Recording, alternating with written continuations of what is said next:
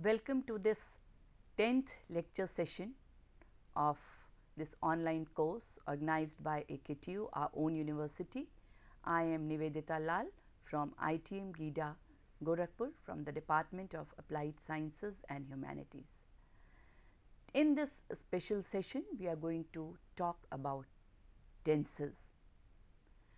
I feel that when we compare the grammar of English language to the grammar of other languages like Hindi, Urdu, Sanskrit, it seems to me that English grammar is much more simple and non-complicated in comparison to the grammar of other languages. As far as English grammar is concerned, to master this language, the three basic things which we can do is, the first thing is to have a control over tenses. Tenses, it forms the very base of English language. Along with tenses, we should go for verbs, then for improving our vocabulary, and last but not the least, it is the practice, just like maths, which always pays. So, students, pay attention to the tenses which form the base of this English language.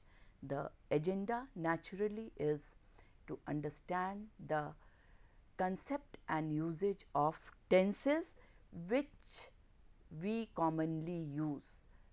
In the previous lectures also I have stated that I do not go for the exceptions, for the exceptional cases, because the things which I want to share with you, it is about the daily usage for students who feel that they are not very, they do not have much control over English language.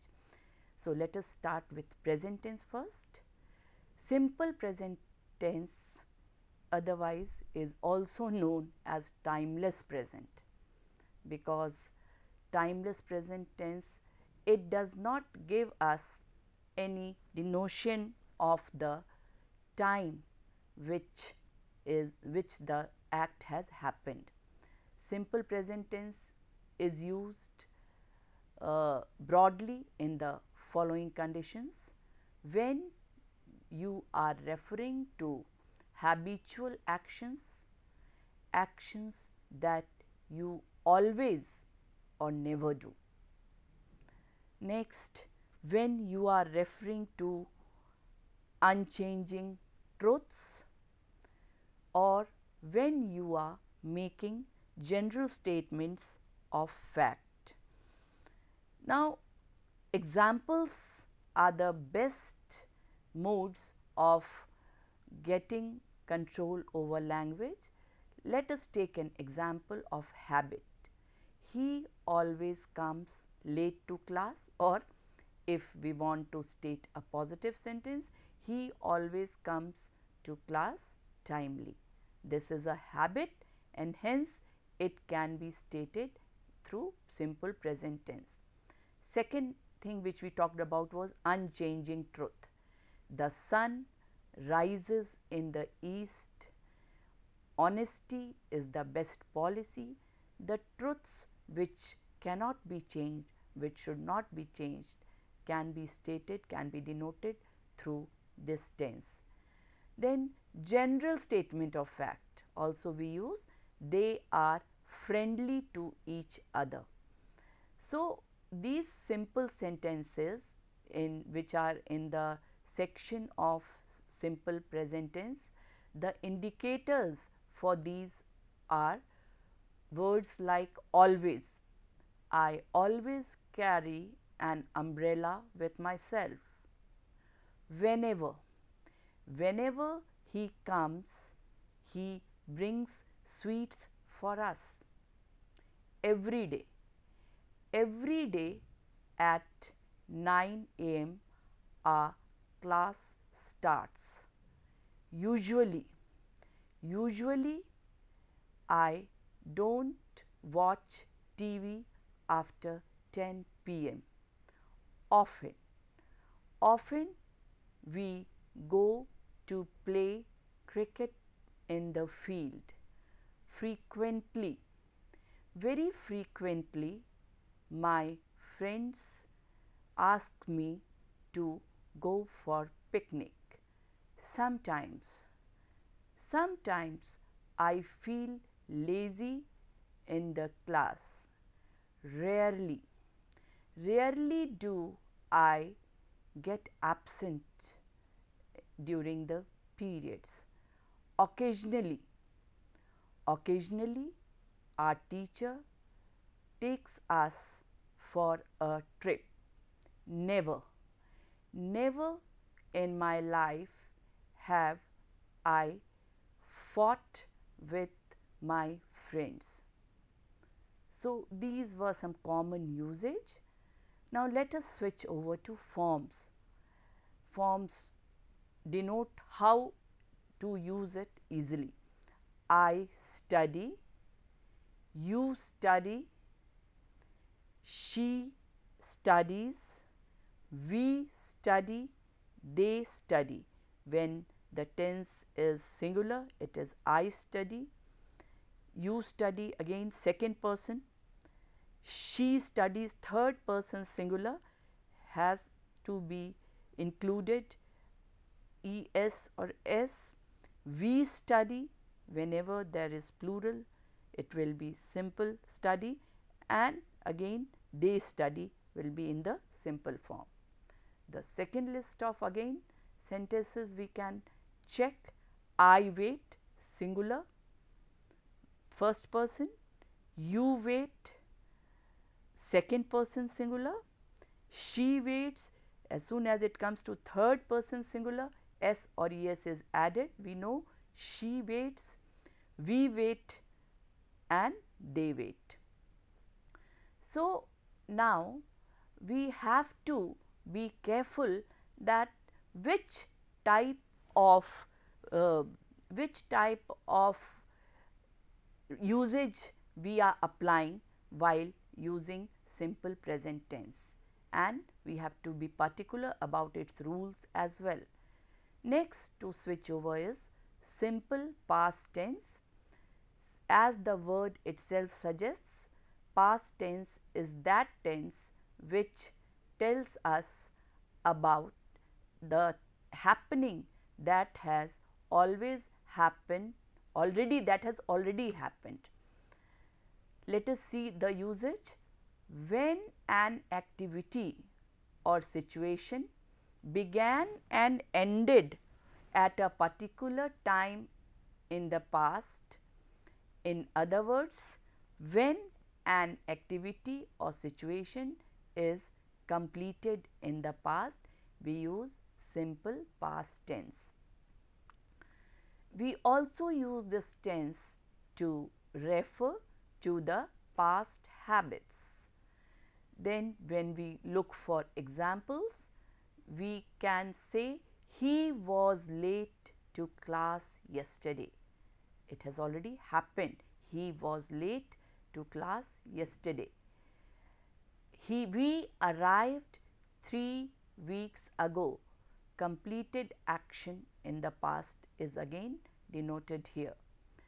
She always wrote a letter to her mother on Sunday night. It states a past habit. What are the indicators of using this simple past tense?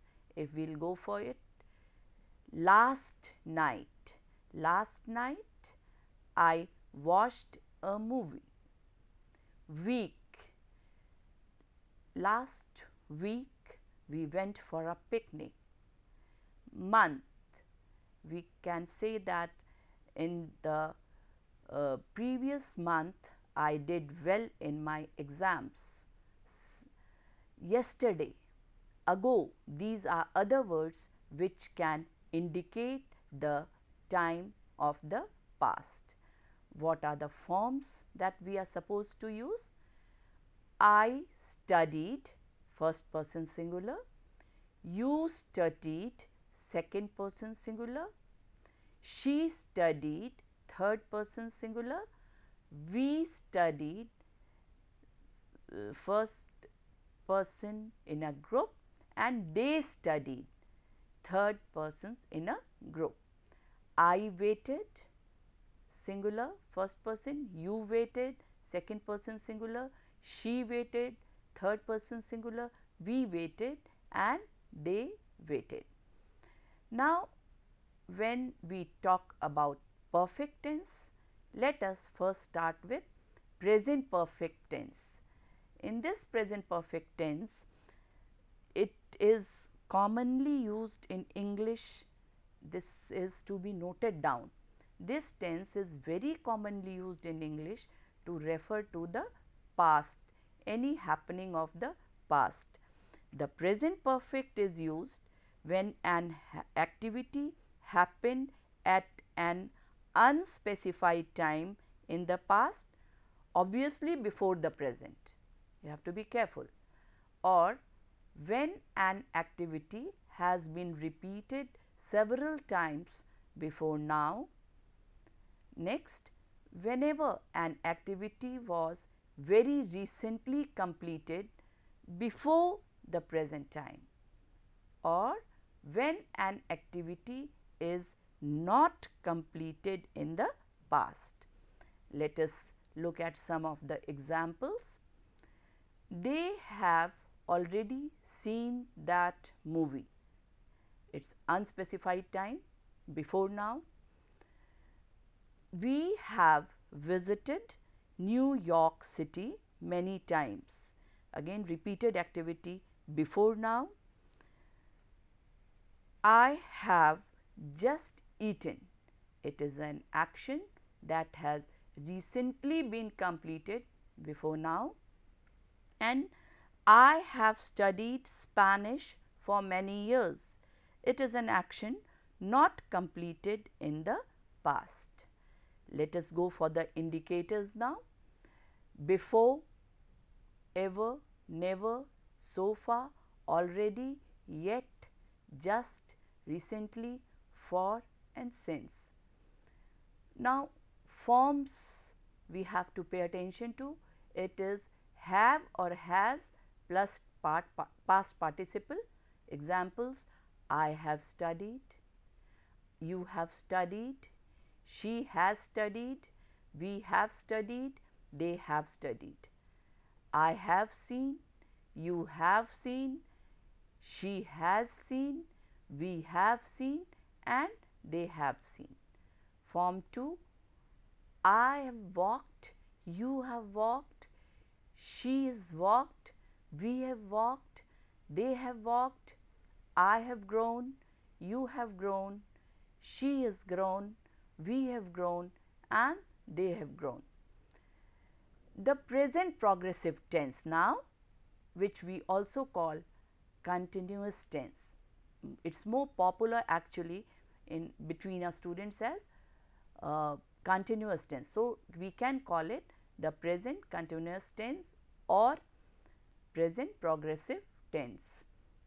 Now, to switch over to this aspect, the situations when we use present progressive tense, we use it when an activity is in progress now at the moment of speaking, or when an activity began before now and continues into the future without stopping. Third situation can be when an activity is temporary or when an activity is developing and changing. Let us go for examples. I am explaining something to the class right now. He is taking 16 credits this semester. She is understanding English more and more because she moved into the dorm. Indicators for this tense are right now, at this moment, still, this year, week, month, etc., or as we speak.